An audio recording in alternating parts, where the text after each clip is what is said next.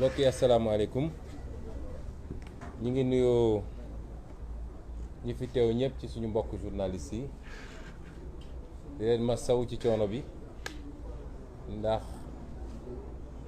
fa ngeen jóge te mu sori lool ak embouteillage yi xam ngeen ñi caaxaan lañ leen fa wooyoon mooy ndajeem procureur waaye nañ ci dellu si di nuyu mbooleem ñi ñuy seetaan ci spectateurs yi ñi ñuy seetaan en direct ak ñi ñuy seetaan yi plus tard defe naa Khalifa Sall ubbi na wax ji waaye balaa may tàmbali sama wax dinaa njëkk a dànkaafu Macky Sall ak ñi nga xam ne ñoo koy jàppale ci tappale yi mu nekkee ci réew mi muy lenn ci fonctionnaires yi ak lenn ci magistrats yi réewum Sénégal boo ci génnee politique muy Benno Bokk Yaakaar ñaar yi koy yàq actuellement mooy lenn ci fonctionnaires yi ak lenn ci magistrats yi saa yi ma ko waxee nag seen xol di bëgg a dagg waaye lu ne fàng du lu ñuy essayer démontrer sénégalais boo laaj mu wax la te dama faral di wax ni fonctionnaire sa grade nu mu kawe ab nit dong nga di ab citoyen magistrat sa grade nu mu kawe ab nit dong nga di citoyen te fañ la teg askan wi di la fay pour nga def ab liggéey dafa am charte ñu tëral nit nii nga war a doxale saa soo ko wàccee rek mérite too ñuy maslaxa ak yow wala ñu naan dañ lay respecté parce que yaa njëkk a xotti worma réew mi lenn ci hauts fonctionnaires yi ak lenn ci magistrats yi ànd ak Benno Bokk Yaakaar te liy firndeel seen lënkaloo ñoom mooy lan tey Yewwi Askan Wi kan la amal problème administration la amal problème ak justice direction générale des élections ministère de l'intérieur ak conseil constitutionnel la ñu amal problème waaye ñan ñoo leen di tontul Benno Bokk Yaakaar boo moytul balaa 22h ñu woo leen ne dañ ñuy tontu te ñun amuñu seen jot parce que ñun ñi jël ay décision ci ndigalu Macky Sall pour éliminer suñu liste de manière injuste et illégale de manière anticonstitutionnelle ñun ñooñu la ñuy waxal waaye saa soo leen tuddee kan mooy tontu Benno Bokk Yaakaar mooy tontu loolu moo wane seen lënkaloo tey amul sénégalais bu mu ump administration Sénégal ak justice su Sénégal dañoo los gombaanu dañoo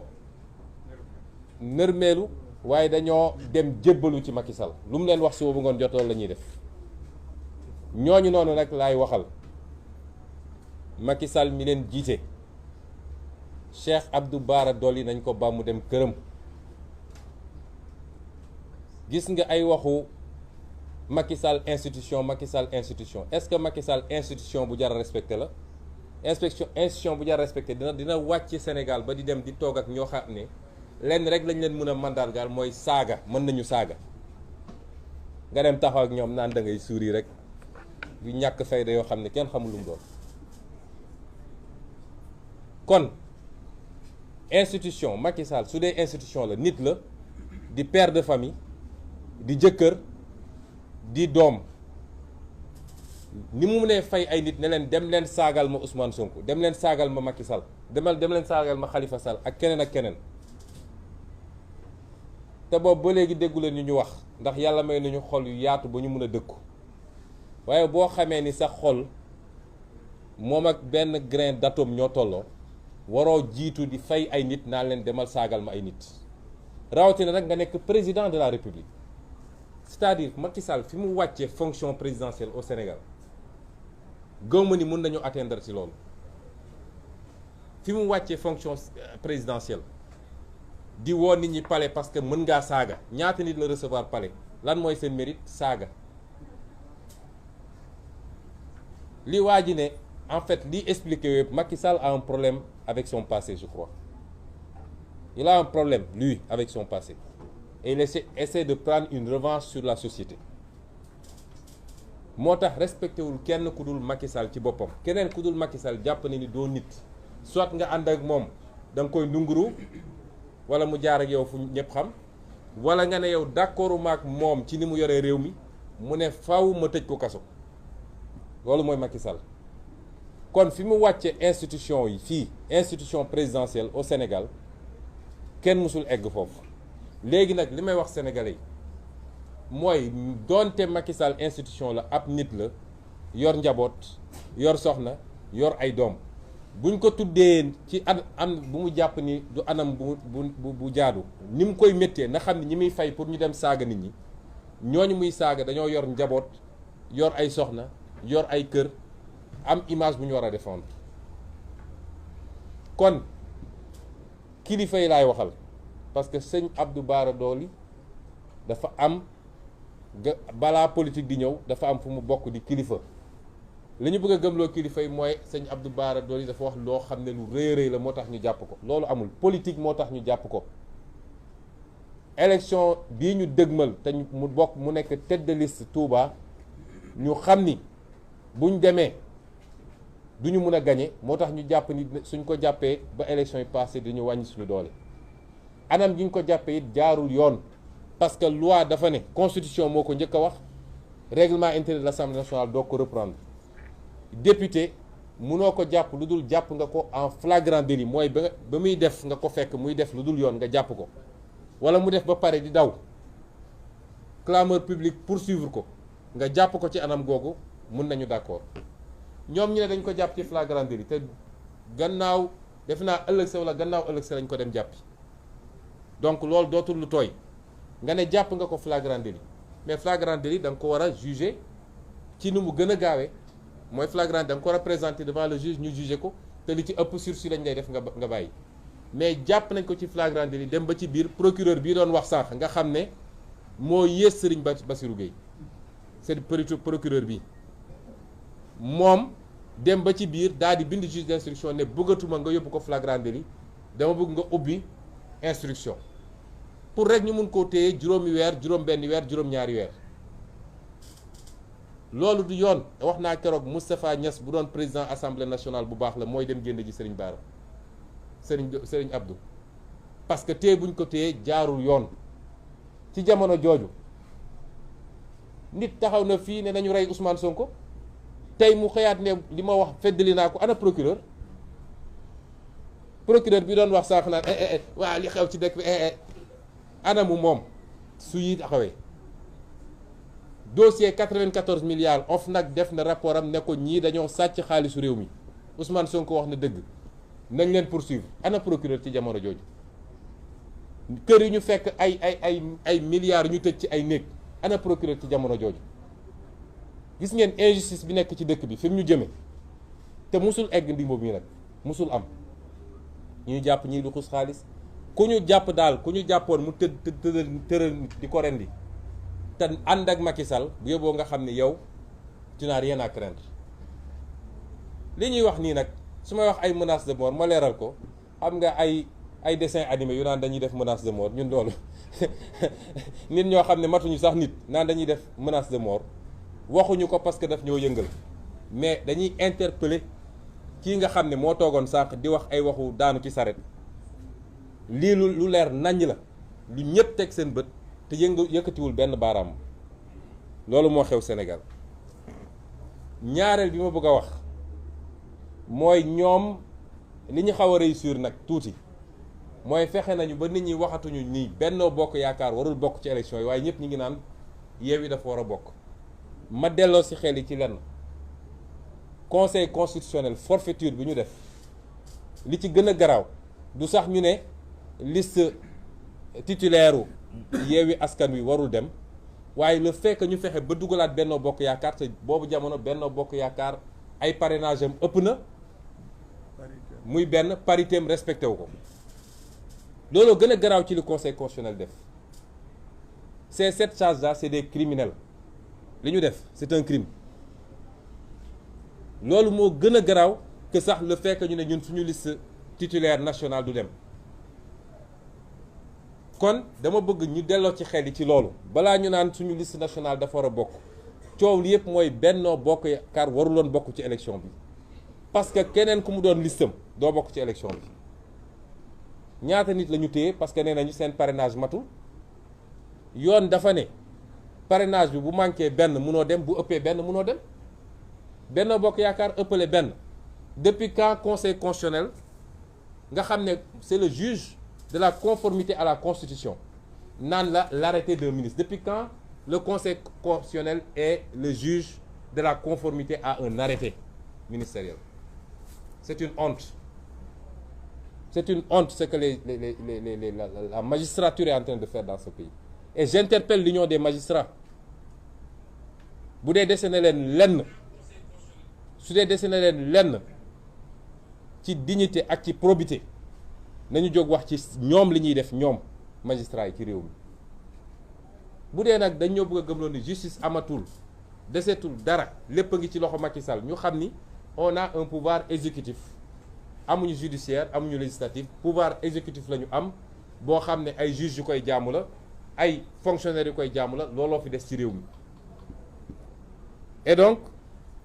ñetteel bi ma bëgg a wax mooy arrêté préfet bi li préfet def dafa symboliser li ñu def suñu administration léegi li des ci administration le gouverneur laa bëgg a wax sax gouverneur d'abord parce que le gouverneur de Dakar ku ma xam bu baax la maag moom ñoo bokk promotion ENAM chaque 5 heures ñoo doon footballeur terrain ENAM xam naa ni ku baax la waaye Alhassane gis nga àdduna yenn saa yi nga jël sa responsabilité ñu affecté la feneen sax moo gën nga nangu ñu associer sa tur ci njombe yu mel nii. moom gouverneur Alassane Sall sama frère la je le connais xam naa nit ku baax la l'esprit noonu lañ ko doon wooye bi ñuy football l'esprit waruñu laa wàccee ba ci lii rafetul carrière jarul yenn yi nit sa dignité ak sa diggante ak sa borom amul lu ko war a jar lu dul ay carrière Macky Sall wax na Antoine Diome wax na et cetera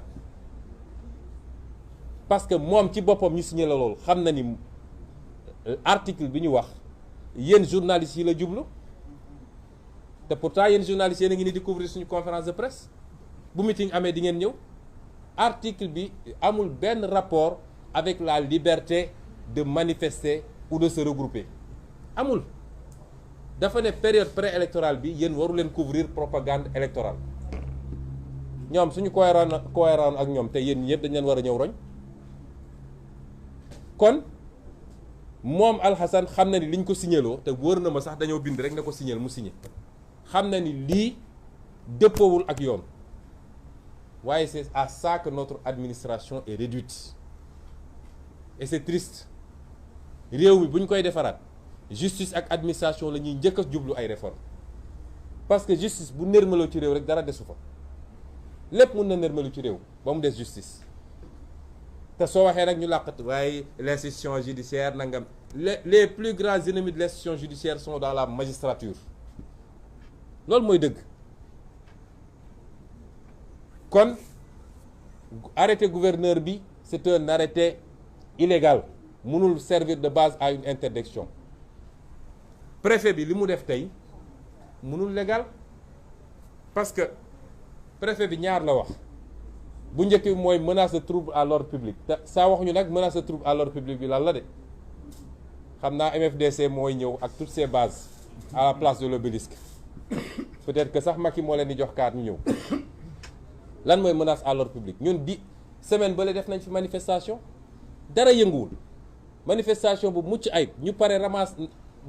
mbuus yeeg yëpp defaraat place ba mu rafet nit ñi ñibbi moo tax d'ailleurs li ma wax léegi gis ngeen procureur il faut Yewwi Askan Wi déposer une plainte contre le procureur parce que ñu def manifestation ay une semaine coow amul dara amul nga toog ba tey nañu suñu manifestation boobu insurrection la woon est-ce que procureur bopp bi yuur bi normal na ñu def seen manifestation une semaine plus tard dara yëngatuwul pétard sax dégguñu ko nga jékki-jékki inventé say ay histoire ne manifestation bi insurrection la woon ana les signes de l'insurrection kan la ñu xeexal fan la ñu dem est-ce que dañoo déloger palais est-ce que ana signe insurrection loolu mu ñu jiiñ nag on va déposer, on va demander à nos avocats de préparer, on va déposer une plainte contre vous parce que toog yor fonction rek foog ni lu ne mën nga ko teg ci deru nit ñi dafa yomb. Procureur waxul dëgg xam na ni insurrection amul te nous l'interpellons personnellement parce que dafa am loo xam ne nit su koy def mun nañ ne c'est des actes et des propos détachables de sa fonction procureur du lii li mu wax tey politique la.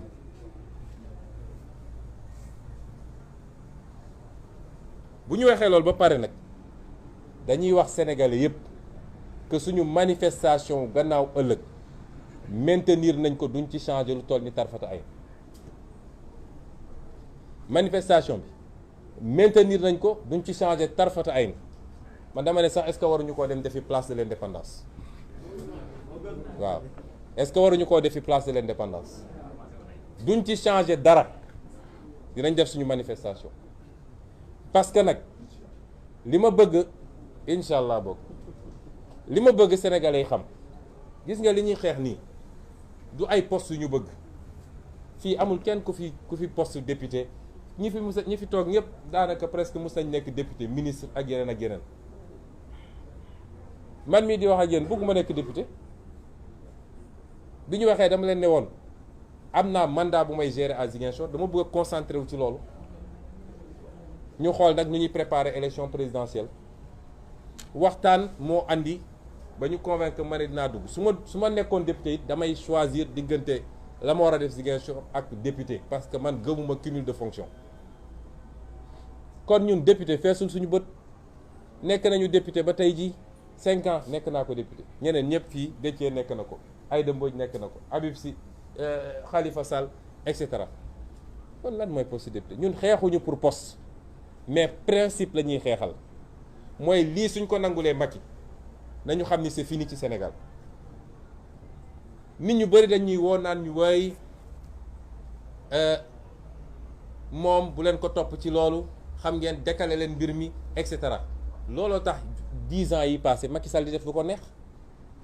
est-ce que mun nañu continuer accepter que Macky mooy tànn kan mooy dem élection législative yi ñuy dem benn ténor opposition du ci bokk est-ce que loolu xel mun na kon yéen a ngi gis France élection législative Jean-Luc Mélenchon ma nga fa Marine Le Pen ma nga xalaatuñu élection législative France ñu ne éliminer ñu diw parce que nee nañu listam xaw ma xalaatuñu ko noo mu nee ne damay dem élection législative nga ne Ousmane Sonko du bokk Khalifa Sall du bokk Karim Wade du bokk Déthié Fall du bokk Aïda Mbodj du bokk Habib Sy du bokk et cetera et cetera loolu ban façon élection législative la est-ce que loolu sénégalais yi war nañ ko mën a nangu kenn ku nekk fi nga toog sa biir salon nañu posé wu question yooyu principe yooyu la ñuy xeexe muy ñaar mooy li mu def pour annuler suñu candidature te tegu ko ci yoon ñaareel bi mooy mu tegaat ci nag ne les libertés dama koy confisquer ma fàttali ni Macky 2011 dafa ne l'affrontement est inévitable ça va se jouer dans la rue j'invite le peuple sénégalais à sortir il n'y avait pas d'autorisation chaque jour ñi ngi woon place Obélisque il n'y a pas d'autorisation li may wax Macky Sall mooy ça se jouera dans la rue et moi j'appelle tous les Sénégalais à sortir dans la rue c'est tout kon mu des nag buñ ko bàyyee ba mu tere ñu ñun manifester te nu mu munti demee dina am manifestation lay bañ dina am manifestation nag bëri na forme dëkk bi yépp dina am manifestation bu soobee yàlla li ca des nag mooy complot yi nga xam ne Macky Sall mi ngi ak moom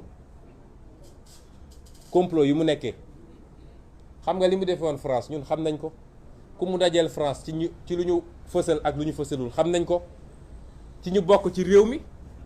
ak ñi ko ngemb ci France lépp xam nañ ko lam fa uti woon xam nañ ko ay pexeem lu mu def su ba ngoon jot du ma ne lépp xam nañ ko de waaye li ci bëri xam nañ ko parce que ni mu yóbbee say services de renseignement généraux yooyu noonu la ñu amee ñu nit suñuy nit fu mu toog ba foog ni wéet na fa sax ndax xam ni li muy def ñu ngi koy xam kon gënuñ ñoo muus. ma bëgg wax sénégalais yi ni procureur li mu def sànq commande politique la, ça n'a rien à voir avec la justice. Procureur ci boppam xam na ne li muy wax du dëgg xam na ko kon li mu def léegi politique la du justice. Tayit leader yi fi nekk yépp ay cible Macky Sall lañu waaye xam nañ ni tey li leen tax a jóg mooy jëmm Ousmane Sonko. moo tax dem nañu fabriquer seen rebelle fexe nañ ba mu tudd Ousmane su tuddoon Ousmane it Sonko lay sant waaw su tuddoon Ousmane su tuddoon Bakary Sonko lay sant. dem nañu fabriquer seeni rebelle nee nañu waa ji moom xamu fu mu jógee moom dong nag moo waroon ñëw taal Sénégal moom dong xamu fu ñu ko jëlee ak ay xam naa ni yàlla war na koo may ay dons yu extraordinaire moom dong moo waroon ñëw taal ci Sénégal. ma wax leen ni procureur waxul dëgg day politique ci politique la nekk waaye procureur dafa waroon am fitu ne Macky Sall daf maa yebal pour ma jiiñ Ousmane Sonko rebelle dem jàppi ko wax ji yëpp loolu la. ay personnes n'est intouchable dans ce pays li mu ci jublu xam nañ ko waaye ñoo ngi leen di xaar. jóge nañ ci complot siif jóge nañ ci complot salafiste jóge nañ ci complot Tullow Oil léegi bii moo leen dese waaye fii lañ leen di xaar fii lañ ñuy fekk. seen complot bi mu voté loi am gannaaw duma yi ñu ko duma mars daaw la voté loi ci terrorisme yéen a ngi koy fàttaliku. rébellion la ñu bëgg a wax appel à insurrection ñaar yooyu la ñu bëgg a wax. Appeler à manifester, qui est un droit constitutionnel, est désormais un appel à insurrection dans le jargon de lexique juridique de Macky Sall, de son procureur et de ses juges. foofu lañ toll ci Sénégal seen bébét yëpp nag mooy lu ñu def ba teg loxo ci leader yi. seeni complot dem na ba ne soyez pas étonnés ñu fomenter fi ay attentats Macky Sall sañ na ko. di ngeen jékki-jékki ñu dégg attentat parce que soo wax ñu ne la contexte sécuritaire le Sénégal n'est pas en danger sécuritaire daaw bi ñu ko waxee 4 avril police ak militaires yi ak gendarme yi 4 avril ñoo def seen émission ne li ñuy wax amul y a pas de djihadisme ni de terrorisme au Sénégal démenti boobu mi ngi fi dugg leen ci internet bi parce que nag nous avons une armée très républicaine boo xam ne kenn mënu koo dugal ci caaxaan pexem yi muy def ni yëpp ci police la ak ci ñi jiite ñenn ñi jiite gendarmerie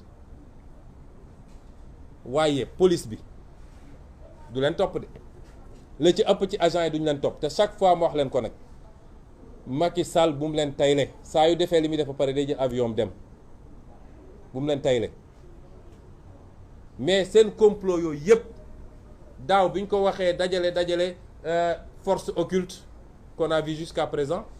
xaw ma la nag lan terrorisme gendarmerie ak police ñoo ñëw plateau 4 avril ne loolu amul kan moo ëpp information gendarmerie ak armée ci lu jëm ci sécurité amul ci Sénégal Macky Sall ci boppam ñoo koy informer Sénégal nag ñoo war a bañ Macky Sall sa stratégie waxoon naa ko fi c'est la stratégie du chaos xam na ni mënul am 3e mandat nu muy def ba créer un chaos fexe ba jàpp les leaders daal di décréter l'état d'urgence et le comment on appelle ça le couvre-feu général pour mën a justifier nag li muy def régime militaire la fi bëgg a andi bu dee nag dañ ko topp ci loolu te mi ngi koy def ak des complicités étrangères et à l'interne ay milices yu muy monter moom Macky Sall ay milices yu muy monter pour ñu mën a def ay njombe ci réew mi ñu ne voilà opposition bi ñoo woote woon loolu lay waajal ñun xam nañ ko ndax am nañu information yi. ma wax nag ni ñu bëri ñu ngi woo ne ñu bu leen dem ci affrontement ñun suñu option première du affrontement suñuy droit constitutionnel la ñu bëgg a exercer un point un trait ak refuser une mascarade par rapport à nos listes amul leneen ñu bëri dañ lay wax ni Macky Sall sait que l'affrontement est inéluctable mais repousser leen ko ba coowal 3e mandat commencé mais li ma bëgg a wax sénégalais mooy li mu bëgg a def nii suñ ko bàyyilee mu yombee noonu ci moom dara dootu ko jomb ci li ci des parce que du koo xam ne mun na dégg wala mun na raisonner wu moom xamul loolu su lambee mu nooy rek day dem looloo tax ma ne ñun combat de principe moo tax ñuy xeex manifestation ëllëg bi gannaaw ëllëg bi leaders yi ñooy xool ndax suba dañuy introduire référé directement au niveau de la Cour suprême man dama koy wax gëwma Cour suprême gëwma conseil constitutionnel jusqu'à ce que ñu réformer justice bi dama gëmul justice su Sénégal ci dossier boo xam ne am na connotation politique gëmuma ko mais la loi d'abord l'article de la Constitution dafa ne liberté de manifester sénégalais dama bëgg mu leer mooy sénégalais bu nekk am nga sañ-sañu ñaxtu te waxul ni da nga war am autorisation de dafa ne da nga ko war a yéegal rek autorité bi la loi de 1978 sur les manifestations lan la wax dafa ne autorité administrative mun na interdire un regroupement wala une marche mais ci ñaari conditions te ñaari conditions yi dañu war a daje dama bëgg ñu déglu ñu bu baax donc interdiction bi c'est l'exception c'est pas le principe mais pour mu am il faut que ñaari conditions yi daje bi ci njëkk mooy il faut mu prouver ni am na menace à l'ordre public prouver gu ko de wax ñu lan mooy menace loolu moo tax ñu ne procureur génnal ne gis nañ fi ay rebelles yu bëri Salif Sadio sax mi ngi Dakar ay waxu daanu saret yoo xam ne kenn xamul lu mu doon ñaareel bi mooy ñu prouver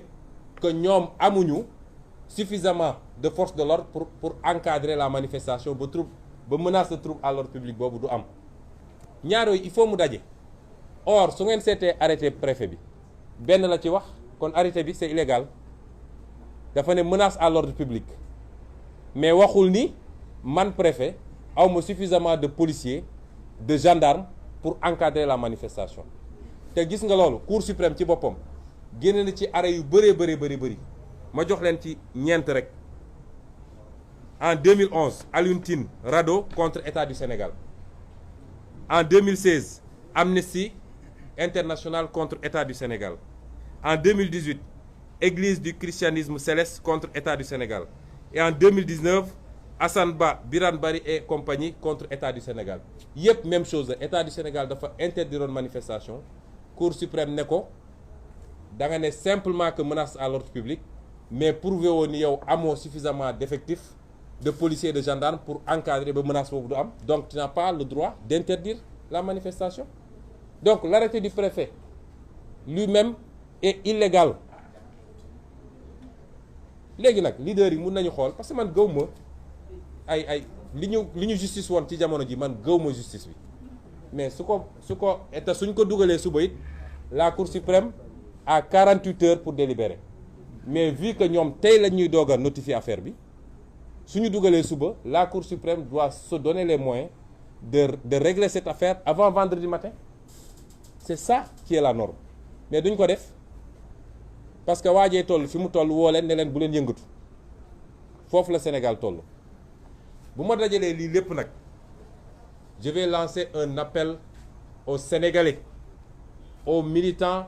et militantes aux sympathisants et aux sympathisantes à tous les Sénégalais et Sénégalaises épris de justice appel bi ma leen lancé woon daaw laa leen di waxaat c'est un appel à la résistance constitution moo ne ku ñu dénk nguur muy jalgati yoon di utiliser les moyens d'État pour dal ci kaw Sénégalais yi pour dal ci kaw opposition bi constitution may na la droit nga résister ni mu valable woon daaw ci mois de mars la valable tey lu bëri ci Sénégalais yi dañu jàpp ni mobilisation bi Sénégalais yi affaire u liste jaralagu leen ñu mobiliser wu donc nañu xaar mbir mi ba bu mu tuddee troisième mandat may wax Sénégalais yi ni du affaire u liste moo tax ñuy mobiliser wu liy xew tey mooy déterminer troisième mandat bi bu ku jàpp ni affaire bi suñ ko bàyyee mu yomb nii du continuer ci troisième mandat bi forcé def forcing da ngay nax sa bopp moo tax j'appelle tous les Sénégalais à la résistance dafa am jamono yoo xam ne buñ ci tollee cim réew li nga xam ne mooy xeeñ ci Sénégalais yi ñëpp xam ni changement bi ñuy xaar depuis longtemps xeeñ na mat na ñor na surtout yéen jeunesse bi muy étudiant bi muy ambulant bi muy élève bi muy keneen ak keneen nga xam ne yéen la ñu bëgg a xañ loolu. Macky Sall bëgg fi toogaat 20 ans parce que rek suñu gaz bi mu bëgg a jaay mu jaay ba pare bëgg koo continuer ak suñu xaalis réew mi ñuy détourner ak yeneen su ngeen seetaanee ba lii romb facilement suñ ko seetaanee ñun ñëpp ba mu romb facilement dinañu màtt suñu baaraam te duñu am fu ñu ko jooyee. moo tax fu ñuy daanelee mooy appeler publiquement massivement à la résistance face à la dictature rampante de Macky Sall.